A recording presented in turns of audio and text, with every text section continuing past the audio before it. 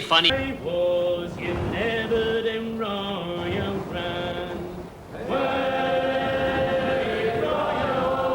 Since there is the river runs on golden sand, and we're bound for the royal grand. And away, boys,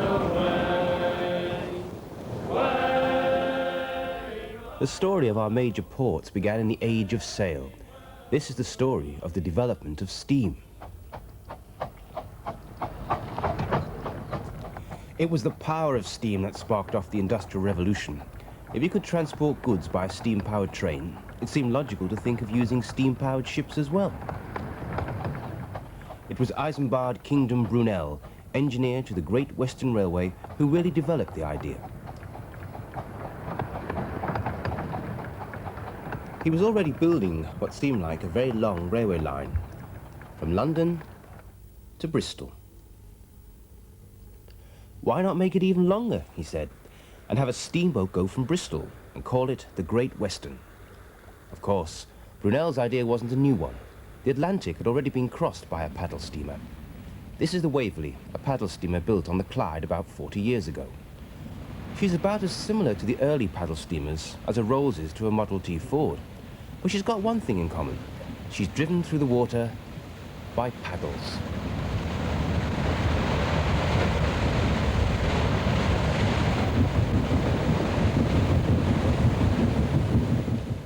The first paddle steamer to cross the Atlantic was much smaller. She carried so much coal that there wasn't room for much else. And she had to use sail for most of the journey.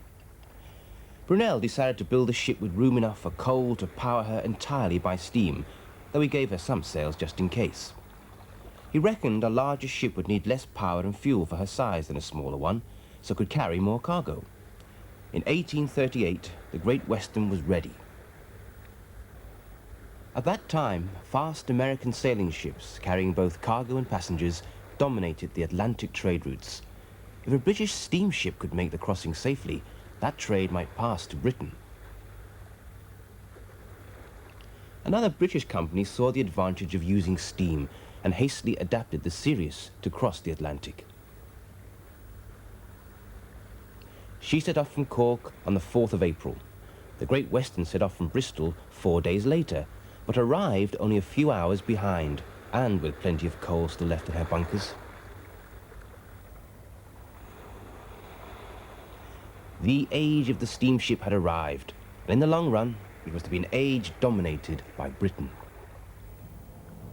This is Clifton's Suspension Bridge in Bristol, designed by Brunel, and it was just near here that the Great Western was built. Bristol's city docks are now less important than they were at the beginning of the 19th century, but a lot of the old houses and harbour buildings are still here.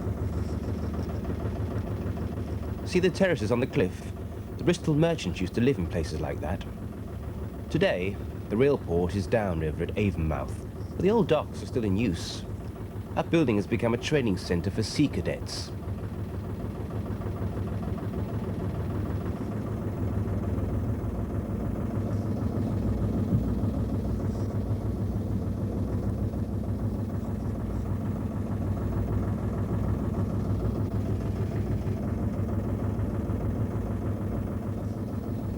Boat building still goes on, though nowadays it's largely pleasure craft that are built.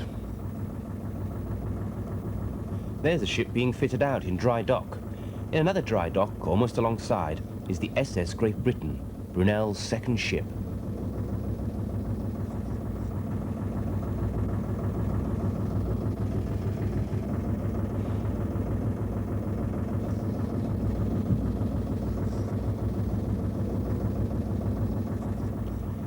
After many years of service, she was abandoned down in the Falkland Islands and left to rust. But in 1970, a group of enthusiasts who realized her historical value raised the money to tow her back to the dock where she was built. Then began the slow process of restoration. When Brunel started work on his new ship, he was determined to make her bigger and better than the Great Western. That room up there is supposed to be the office he used while supervising the building of the SS Great Britain, the vessel that was going to turn out to be the first truly modern ship. And this is why.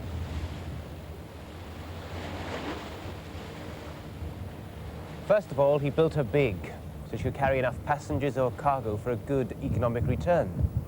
She was the largest vessel the world had ever known, 322 feet from stem to stern.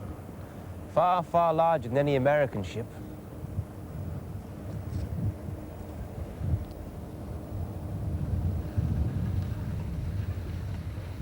The second thing Brunel did was to build her of iron, not wood, overlapping wrought iron plates that gave her much greater strength.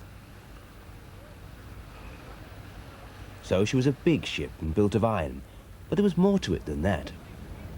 Brunel decided to use a new invention, a screw propeller, not paddles. It was more efficient and smoother running. And losing the paddles meant the ship was not so broad, a very important factor. But she was still too wide to get to the old Bristol dock system, and so she was trapped there for 6 months until the docks were widened. Even so, Brunel had to see that part of the original dock entrance, where this dredger is now, had to be dismantled to allow the SS Great Britain to pass through and sail down the winding River Avon to the sea.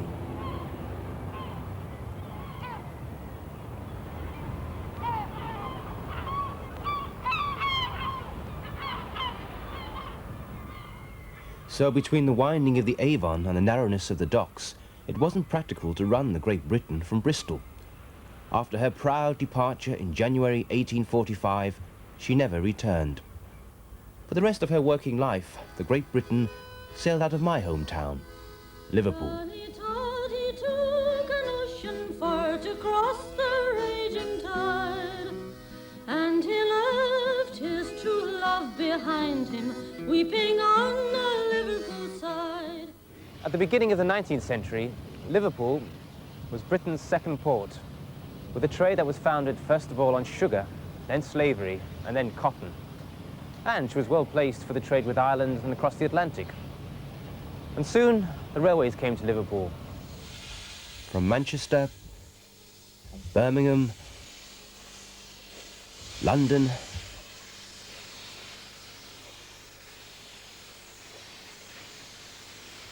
Chester, Birkenhead, and Bury. And an engineer called Jesse Hartley began to develop the great new Liverpool docks that would become so famous. Ships used to moor out in the Mersey. Hartley built a system of wet docks with double lock gates leading from the river.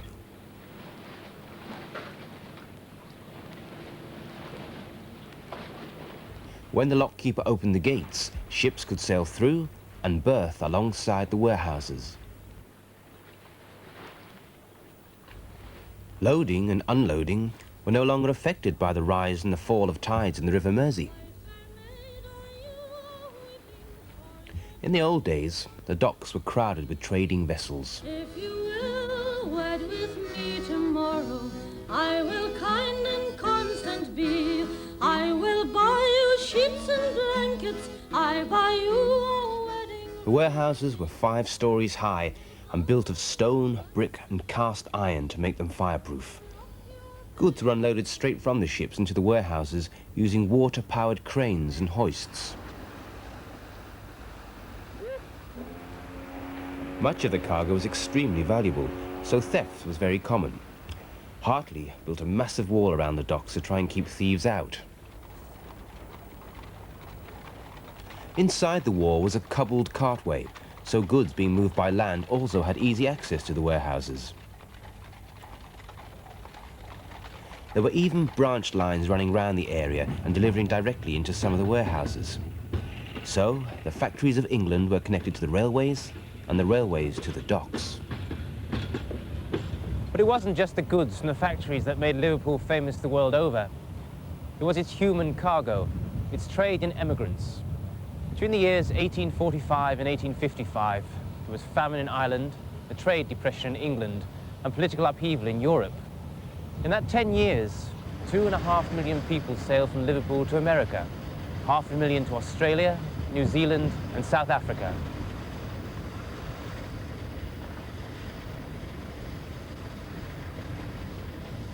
Some of the emigrants travelled aboard the SS Great Britain. She'd now been given more sails and transferred to the Australian run. A diarist described how to feed 700 people for several weeks. The ship became a regular Noah's Ark. One cow is kept for the use of First Saloon. Also alive about 3 bullocks. Sheep 150, pigs 30, fowls 500, ducks 400, geese 100, turkeys 200.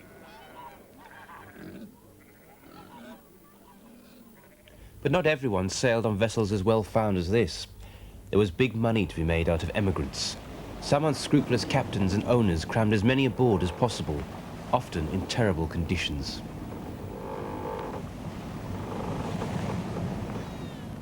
Men, women and children of all ages were crowded together, sharing tiny berths. They had little food unless they brought it with them. The water was foul. There was no proper chance to wash and no toilets.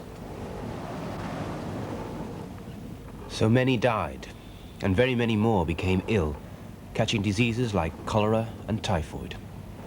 But although it was the emigrants that made Liverpool famous or infamous, its main business was the goods that filled its warehouses and came in and out of the port on its cargo ships.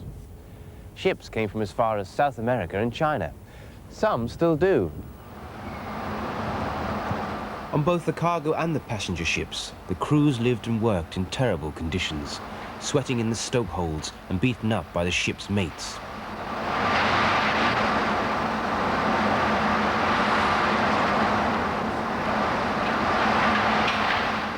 Many of the crews were shanghaied, brought on board when they were drunk and forced to work their passage. Shanghai is a term from the China trade. Liverpool has the oldest Chinese community in Britain. Many of them descended from Chinese seamen, just like me.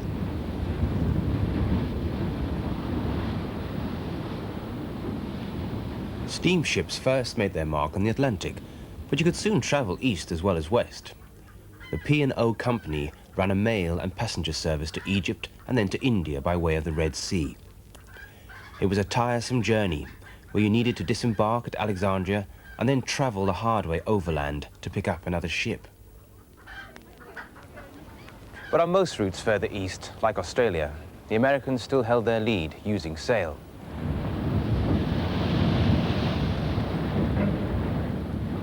Then there was that important route to China, with clipper ships competing with each other to be the first back to London with China tea.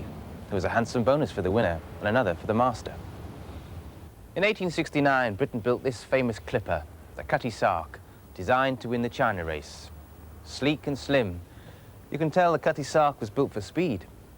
But she had nothing like the cargo space of the slower carriers, so every inch of space below deck had to be used. And the crew had to live in these tiny top-deck houses. Not very pleasant and a long voyage.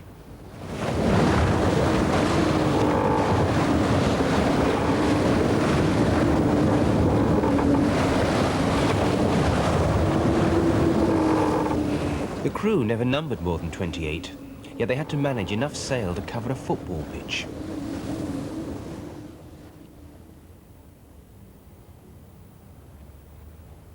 (1869), the year the Cutty Sark was built, also saw the opening of the Suez Canal.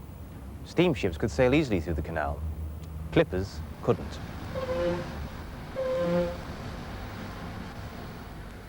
Steamships taking the northern route through the Mediterranean and the Suez Canal had far shorter to go than clippers sailing round South Africa, though with favourable winds the clippers could sail very fast. But to return that way took the clippers twice as long. So they abandoned the tea trade and sailed to Australia, picking up wool for our textile factories, and then returning round South America to Britain. So what were the advantages of steam versus sail? Sailing ships cost less to build and were cheaper to run, and they could be faster than steamers if the wind was right. But they usually carried less cargo, and because they relied on the wind, they couldn't keep to regular timetables.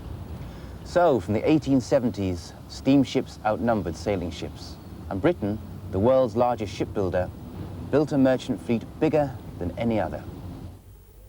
For the regular passenger, there were the liners, which shipping companies or lines ran to a timetable. Some, like Cunard, became household names. The Cunard Line had got its first contract to transport government mail. But now ships like this mainly carried better off passengers, offering a very different kind of crossing from the earlier days.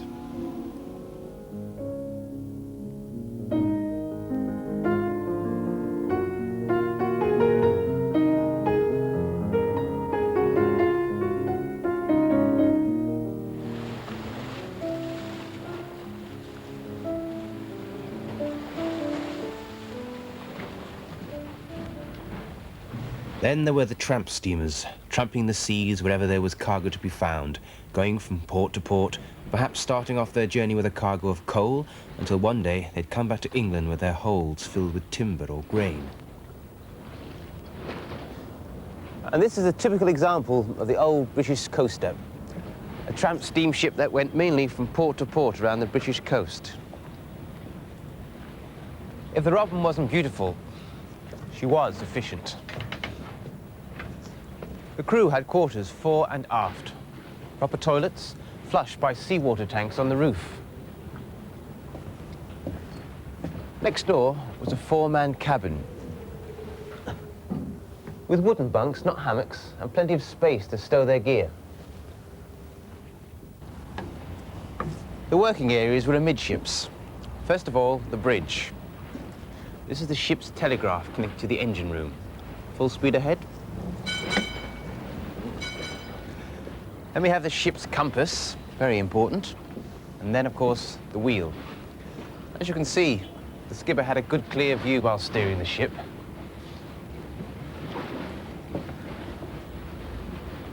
When the skipper came off deck, his quarters were immediately below, next to the chart room. Close at hand, we have the boiler room, and next to that, the galley. Coal bunker for a proper coal-fired stove. And the ship's steam could be used to heat the washing up water.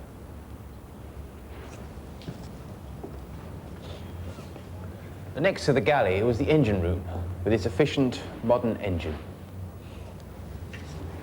There were only 11 of the crew, a bosun, 4 seamen, 4 firemen to work the engines, a chief engineer and a second mate. A third of the crew would be Chinese. Reason? They cost less in wages. Limehouse, over there to the east, was the original Chinese quarter of London, known to everybody as Chinatown.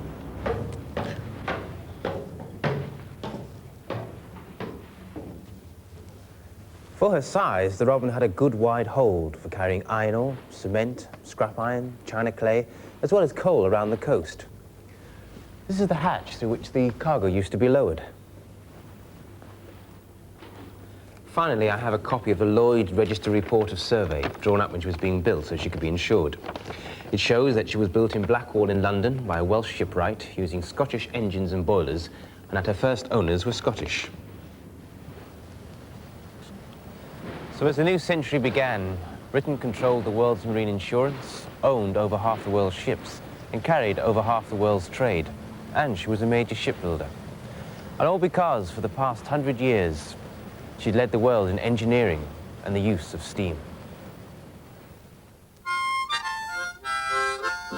As I was rolling down Park Lane, wearing of my shoes, I stepped into the shipping office to hear what was the news. The shipping master said to me, "Get on your blue DBs, let's have none of your line juice touches in the champion of the seas, in the champion of the seas, in the champion of the seas. Let's have none of your line juice touches in the champion of the seas." Well, that brings us to the end of Daytime on 2 for today. There'll be